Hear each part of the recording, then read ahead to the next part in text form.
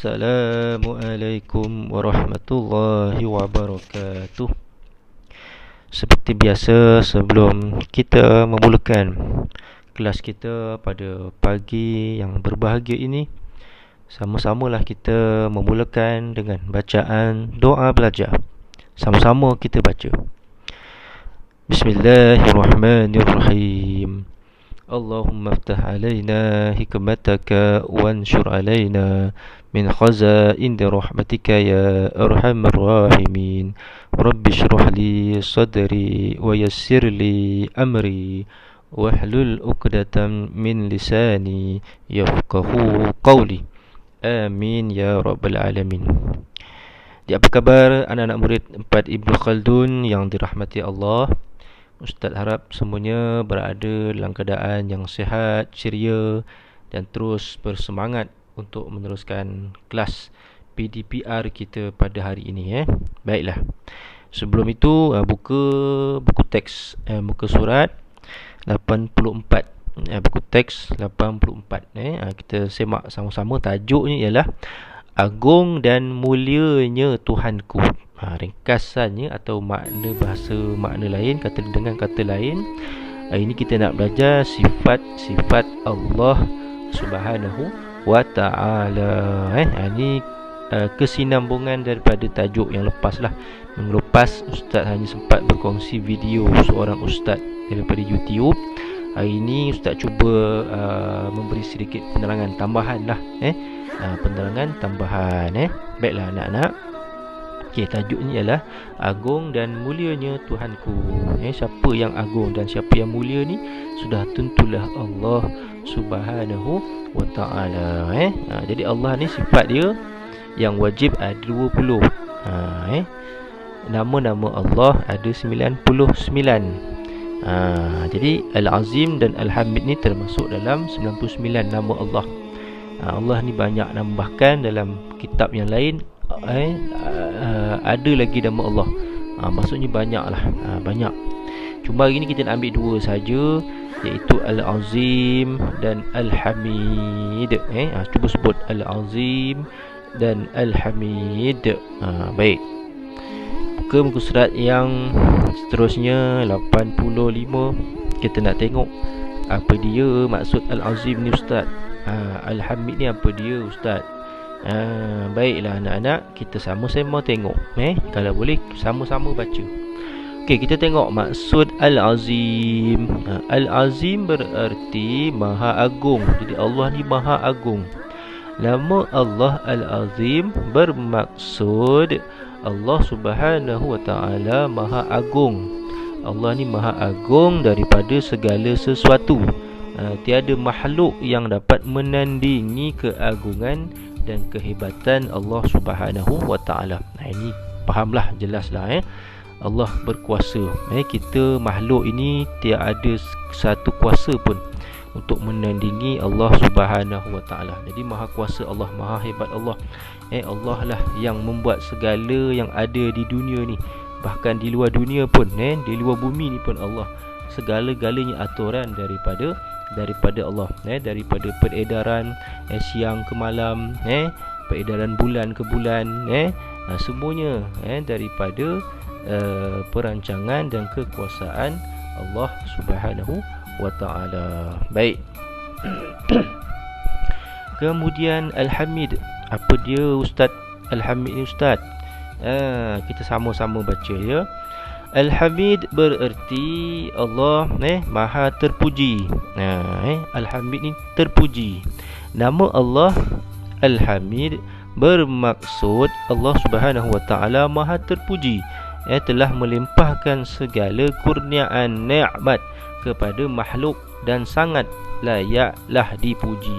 Jadi kita ni manusia ni Allahu Akbar, tak layaklah nak dipuji. Yang layak dipuji hanyalah Allah Subhanahu wa ta'ala. Segala nikmat yang kita dapat hari ini, nikmat sihat, nikmat apa lagi, nikmat makan, nikmat minum, nikmat bergerak, nikmat boleh PDPR hari ini, semuanya atas keizinan daripada Allah Subhanahu wa ta'ala. Bahkan maka layaklah Allah itu dipuji dengan mengatakan alhamdulillah. Bila kita mendapat sesuatu nikmat, anak-anaknya kita ucaplah alhamdulillah. Bila orang puji kita, kalau ada orang puji kita, kita hendaklah segera membalasnya alhamdulillah. Yang layak dipuji hanyalah Allah Subhanahu wa ta'ala. Okey, jelas. Saya rasa jelas masuk Al-Azim dan Al-Hamid. Kemudian kita tengok pula surat sebelahnya, berikutnya surat 86 dalil nakli nama Allah Al-Azim dan Al-Hamid. Dalil, bila sebut dalil ni anak-anak, maksudnya bukti. Orang kan suka minta bukti. Apa bukti? Mana dapat tahu yang Allah itu Al-Azim dan Al-Hamid? Dalil buktinya. Buktinya ada buktinya sama ada daripada Al-Quran ataupun daripada hadis Nabi sallallahu alaihi wasallam. Baik. Okey, dalam surat 86 ni kita dapat lihat ada perbualan di antara anak murid anak murid ke siapa ni di sebuah tempat pusat sains ataupun pusat angkasa lah. Kita tengok dialog antara anak murid dengan ustaz dia lah. Nombor 1, ustaz, sungguh hebat rekaan saintis di pameran ini. Anak murid dia pujilah, dia muji. Hebat rekaan saintis kat sini ustaz ni. Apa ustaz tu jawab? Berdua. Walaupun rekaan saintis ini hebat, tetapi sebenarnya ciptaan Allah lebih hebat. Siapa yang mencipta saintis tersebut? Allah. Nampak? Dengan nikmat akal yang diberi mereka, mampu mereka pelbagai rekaan. Jadi siapa yang mencipta akal saintis tersebut? Kan Allah. Maknanya siapa lagi hebat? Itu dia. Okey, nombor 2.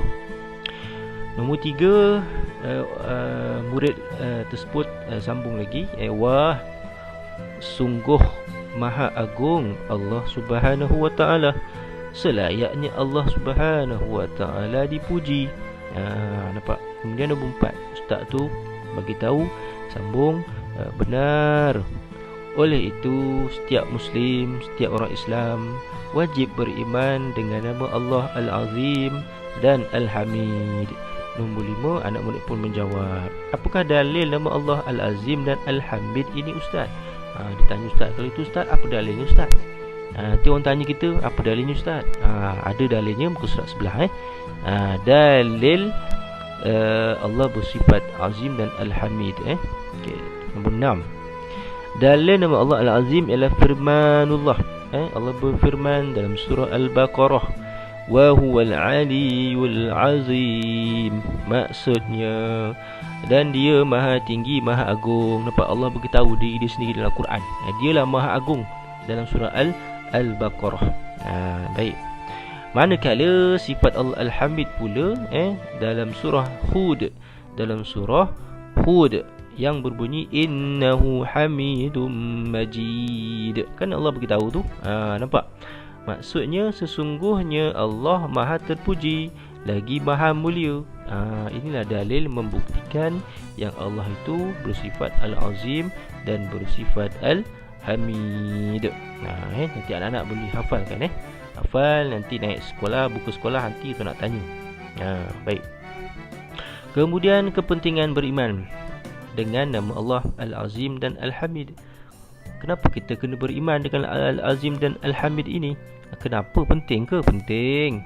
Yang pertama, supaya sentiasa kita merasai keagungan Allah. Tu kita percaya. Lihat bulan, Allah buat. Tengok bintang, Allah buat. Tengok bumi, Allah buat. Tengok pokok, Allah buat. Tengok itu, Allah buat. Tengok ini, Allah buat. Tengok diri kita, Allah buat. Maha agungnya Allah Subhanahu wa ta'ala. Yang kedua, membentuk peribadi yang berakhlak mulia. Jadi kita berasa sentiasa merendah diri. Siapalah kita ni, walaupun berpangkat besar, bergaji besar, tetapi ada lagi yang lagi besar, lagi agung, iaitu Allah Subhanahu wa ta'ala. Yang ketiga, memupuk sifat bersyukur dan berterima kasih. Okey, seterusnya berusaha membaiki diri supaya menjadi manusia yang mulia. Seterusnya melazimi sikap merendah diri dan tidak sombong. Nampak? Selalu memuji Allah Subhanahu Wa Taala dengan menyebut subhanallah, alhamdulillah dan sebagainya. Itu dia. Jadi pentinglah kenapa kita kena beriman dengan nama Allah Al-Azim dan Al-Hamid. Okey, baik lagi. Seterusnya ini surah 88. Anak-anak boleh baca. Bukti saya beriman dengan nama Allah Al-Azim dan Al-Hamid. Apa bukti yang kita ni beriman dengan Al-Azim dan Al-Hamid? Yang pertama, saya seorang Muslim yang taat. Itu buktinya lah kita taat. Yang pertama, kita taat dengan melakukan amal soleh. Itu menunjukkan kita ni beriman lah, kan? Apa contoh amal soleh? Banyak. Yang pertama, yang wajibnya solat. Itulah amal soleh. Dan juga amal soleh yang lain, sedekah, bercakap baik, berbuat baik kepada kedua ibu bapa, berbuat baik dengan rakan-rakan, dengan kawan-kawan, dan banyak lagi lah, menunjukkan yang kita ini beriman kepada sifat Allah Al-Azim dan Al-Hamid. Bukan sahaja kita buat amal soleh, tetapi juga kita menjauhkan diri daripada berbuat dosa atau berbuat maksiat. Okey, itu yang pertama. Yang kedua, buktinya, saya sentiasa bertawakal kepada Allah dalam apa jua keadaan sekalipun. Kita bertawakal. Bertawakal ni bermaksud kita berserah diri kepada Allah Subhanahu Wa Taala, ya. Meyakini semua ketentuan Allah Subhanahu Wa Taala dalam kehidupan. Termasuk sekarang dalam kita berdepan dengan COVID-19 ini pun daripada Allah, keizinan daripada Allah Subhanahu Wa Taala, ya. Berusaha dengan tekun untuk berjaya. Itu yang kedua. Ketiga, bukti kita beriman, saya mensyukuri nikmat Allah Subhanahu Wa Taala. Saya mengagungkan kehebatan Allah, menggunakan nikmat dengan sebaik-baiknya, sentiasa memuji kebesaran Allah Subhanahu Wa Taala. Itu yang ketiga, bukti yang kita ini beriman dengan Allah, dengan sifat Allah Al-Azim dan Al-Hamid. Okey, baik. Ada soalan? Bagaimana dengan penerangan Ustaz tadi? Ustaz harap dengan penerangan yang ringkas dan agak orang kata yalah, yang agak kelang kabut ini boleh faham. Sekiranya tak faham, boleh tanya personal, boleh WhatsApp Ustaz. Kalau tak faham, ataupun simpan dulu, nanti bila sekolah ada buka boleh tanyalah. Nanti Ustaz akan cuba menjawab lah. Okey.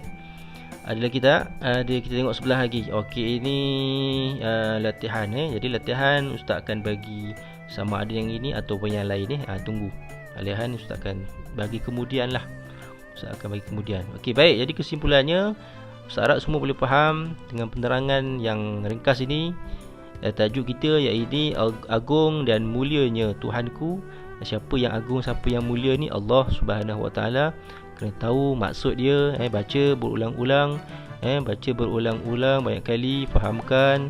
Kemudian dalil, apa dalilnya, apa buktinya, ada tak buktinya? Ada dalam surah Al-Baqarah dan juga surah Hud. Ni hafal, nanti naik sekolah Ustaz nak tanya.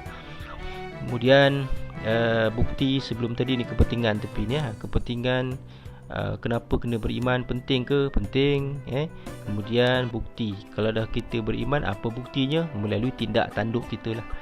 Kita boleh tengok dia ni beriman ke tak beriman, dengan sifat Allah Al-Azim dan Al-Hamid. Wallahu ta'ala a'lam. Jadi Ustaz harap dengan penerangan yang ringkas ini, anak-anak murid dapat faham lah.